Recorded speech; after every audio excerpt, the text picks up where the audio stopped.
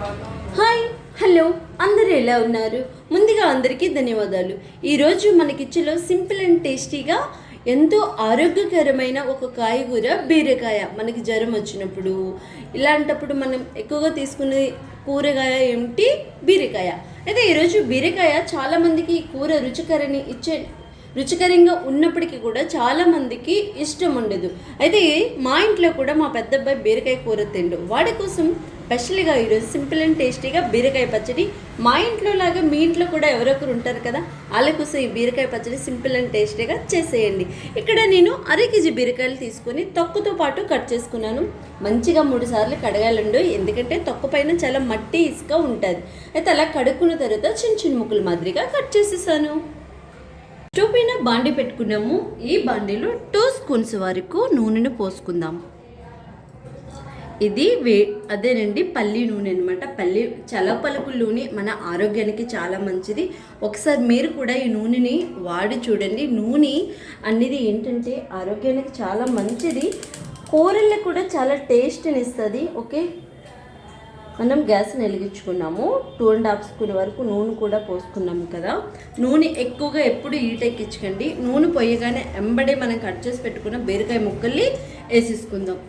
Okay, వేసుకున్న తర్వాత ఎంబడే సాల్ట్ వేసుకుంటే బీరకాయ అనేది వేగంగా మగ్గిపోతుంది అనమాట. బీరకాయ కాదు, ఏ కాయగూర అయినా మనం పచ్చడి కర్రీస్ ఏమైనా చేసుకున్నప్పుడు ఇలా మనం సాల్ట్ని వెంటనే యాడ్ చేసేస్తే మనకేమవుతుందంటే తొందరగా మగ్గిపోతుంది అనమాట. ఓకే, మనం గ్యాస్ని మిడిల్లో పెట్టి దీన్ని మంచిగా కాస్తంత బీరకాయ కలర్ వచ్చేదాకా మధ్య మధ్యలో కలుపుకుంటూ ఉండాలి. కలర్ వచ్చేదాకా వేపుకోవాలి. మనం వేసుకున్న బీరకాయ ఎగిపోయింది. మరి ఎక్కువగా వేపకూడదు, ఆ గ్రీన్నెస్ అనేది అలాగే ఉండాలి. జస్ట్ ఆ పచ్చివాసన పోయేదాకా వేపుకుంటే సరిపోతుంది. దానికున్న నీరంతా ఇంకిపోయి ఇలా తడి పొడిలో ఆడుతూ వచ్చేస్తుంది బీరకాయ. మనం వేసుకునే నూనె అనేది ఇలా అడిగి వచ్చేస్తే బీరకాయ అనేది వేగిపోయినట్టే. ఇప్పుడు మనం గ్యాస్ని ఆఫ్ చేసి ఈ బీరకాయని ఒక ప్లేట్లోకి తీసేసుకుందాం. ఓకేనా, ఎగించుకున్న బీరకాయని ఒక ప్లేట్లోకి తీసుకోవాలి. వేగించుకున్న బీరకాయని ఒక ప్లేట్లోకి తీసుకున్న తర్వాత మళ్ళీ అదే బాండీలో ఒక 1.5 స్పూన్ వరకు నూనె పోసుకోండి. ఇలా 1.5 స్పూన్ వరకు నూనె పోసుకొని, నూనె అయితే కాస్తంత వీటెక్కాలి.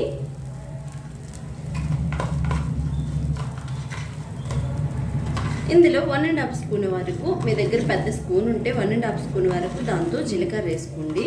ఇట్లా అక్కడ చాలా చిన్న స్పూన్ ఉంది, దీంతో నేను 3 స్పూన్స్ వరకు జీలకర్ర వేసుకున్నాను. జీలకర్ర వేసుకున్న తర్వాత ఒక 2 స్పూన్స్ వరకు శనగపప్పు వేయండి. ఓకే, అలాగే ఒక 2 స్పూన్స్ వరకు మినపప్పును కూడా వేసేయండి. వేసాక కాస్తంత ఒకసారి ఇలా కలుపుకుందాం. ఇలా కలుపుకున్న తర్వాత మనం 2 వెల్లుల్లిపాయ బుద్దలు తీసుకొని తొక్కుతో మాదిరిగా మనం ఇట్లా కాస్తంత చితక్కొట్టుకొని తొక్కుతో మాదిరిగా వెల్లుల్లిపాయలు వేసుకోవాలి.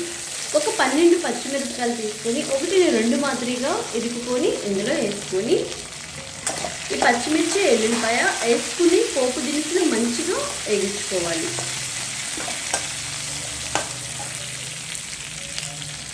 అదే బీరకాయ పచ్చడి కోసం 4 పెద్ద సైజు టమోటాలు తీసుకున్నాను. ఇలా మంచిగా పండాలి. వీటిని సన్నగా పొడిగా కట్ చేసుకోవాలి. మనం వేసుకునే పోపు దినుసులు కూడా మంచిగా వేగిపోయి దీన్ని ఒక ప్లేట్లోకి అయితే తీసేసుకుందాం. బాండీలు పోపు అంతా తీసేసుకున్నాం కదా. మళ్ళీ 1 స్పూను నూనె పోసుకోండి. ఇది పచ్చడి కాబట్టి కొంచెం నూనె కావాలి. 1 స్పూన్ నూనె పోసుకున్న తర్వాత మనం తీసుకునే టమోటాస్ అల్లి ఇట్లా కట్ చేసుకుని దీన్ని మగ్గించుకోవాలి.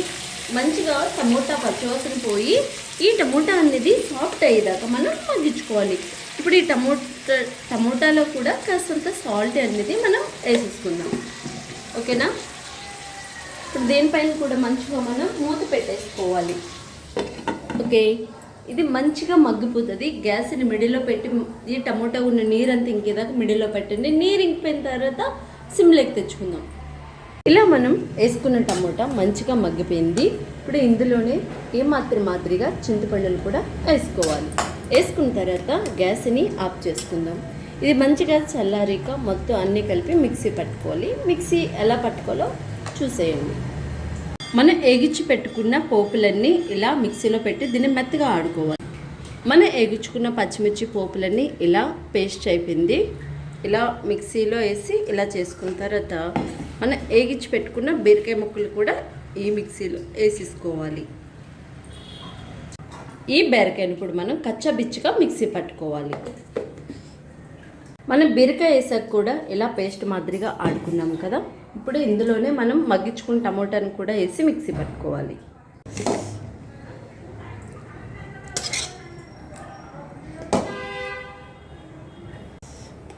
మనం టమోటా వేసి మిక్సీ పట్టుకున్న తర్వాత చూసారా గ్రీన్ బీరకాయ పచ్చడి. నా మాటల్లో నేను చెప్పడం కాదు, టేస్ట్ కూడా చాలా చాలా బాగుంటుంది. ఒకసారి ఇలా ట్రై చేయండి. అందరిమీ ఇష్టపడుతుంది. ఇది దోశ, ఇడ్లీ, రైస్ దేంతోనైనా తినచ్చు. అయితే ఇప్పుడు దీనికి చిన్న పోపు వేసుకుంటే ఇంకా టేస్ట్ వేరే లెవెల్, తగ్గేది లేదన్నట్టు ఉంటుంది. పోపు కూడా వేసేద్దాం రండి. స్టవ్ పైన చిన్న మూకుడి పెట్టుకున్నాను. ఈ మూకుడిలో పెద్దగా ఏమీ వేయలేదు. కాస్తంత ఆవాలు చిటపట్లు ఆడించండి, కాస్తంత మినపప్పు వేయండి, ఒక ఎండుమిరపకాయను కూడా వేయండి, చిటికెడంతా జీలకర్రను కూడా వేయండి, కొన్ని కరివేపాకు రెమ్మలు కూడా. అంతే, గ్యాస్ని ఆఫ్ చేసేయండి. కరివేపాకు వేసిన వెంటనే గ్యాస్ని ఆఫ్ చేసేయండి. మళ్ళీ నూనె అంతా తిల్లిపోయి మళ్ళీ మనకి స్టవ్ పైన చుక్కులు మాదిరిగా పట్టేస్తుంది. అంటే కరివేపాకు కూడా ఎక్కువగా నూనెలో వేగితే అంత టేస్టీ ఉండదు, కొంచెం వేగితే సరిపోతుంది. ఇప్పుడు మన పచ్చడిలో ఈ చిటికెడంత పోపు కూడా టేస్ట్ని వేరే లెవెల్ తెప్పించేస్తుంది అనమాట. పోపు వేసుకోపోయినా పర్లేదు, టేస్ట్ చాలా చాలా బాగుంటుంది, చాలా రుచికరంగా ఉంటుంది. మన తెలుగు పచ్చళ్ళు చాలా వేరే లెవెల్ కదా. ఇది మా నాయనమ్మ ఇట్లా చేసేవారు అనమాట. ఓకే, దీన్ని రైసు, దోశ, ఇడ్లీ ఎవ్రీథింగ్ దేంతోనైనా తినచ్చు. నా మాటలో నేను చెప్పడం ఏముందండి, ఒక్కసారి మీరు కూడా ఇలా ట్రై చేసేయండి. వీడియో నచ్చితే లైక్ చేసి సబ్స్క్రైబ్ చేయకపోయి ఉంటే ఇంకెవరైనా నా ఛానల్ని ఫస్ట్ టైం చూసినట్టుంటే లైక్ చేసి కామెంట్ చేయండి, సబ్స్క్రైబ్ కూడా చేయండి. నెక్స్ట్ మంత్ సరుకు తేడితో మళ్ళీ కలుసుకుందాం. అయితే వెళ్ళే ముందు మీ అందరికి ఒక మాట, ఆరోగ్యమే మహాభాగ్యం అండి. బయట ఫుడ్డు కాలేజీకి వెళ్ళే పిల్లలకైనా స్కూల్కి వెళ్ళే పిల్లలకైనా తినొద్దని చెప్పండి. ఎందుకంటే ఇప్పుడు ఉన్న ఫుడ్లు ఆరోగ్యానికి అస్సలు బయటవి మంచిది కాదు. ఓకేనా? వీలైనంతలో ఓపిక సహనం తెచ్చుకొని మన పిల్లలకి మన ఫ్యామిలీని కాపాడుకోవాల్సిన బాధ్యత మన చేతుల్లోనే ఉంది. ఓకే, మీ అందరికీ బాయ్ అండి. అందరిమీ ఆరోగ్యంగా ఉంటేనే ఎంత డబ్బు ధనమున్నా హ్యాపీగా ఉండగలం.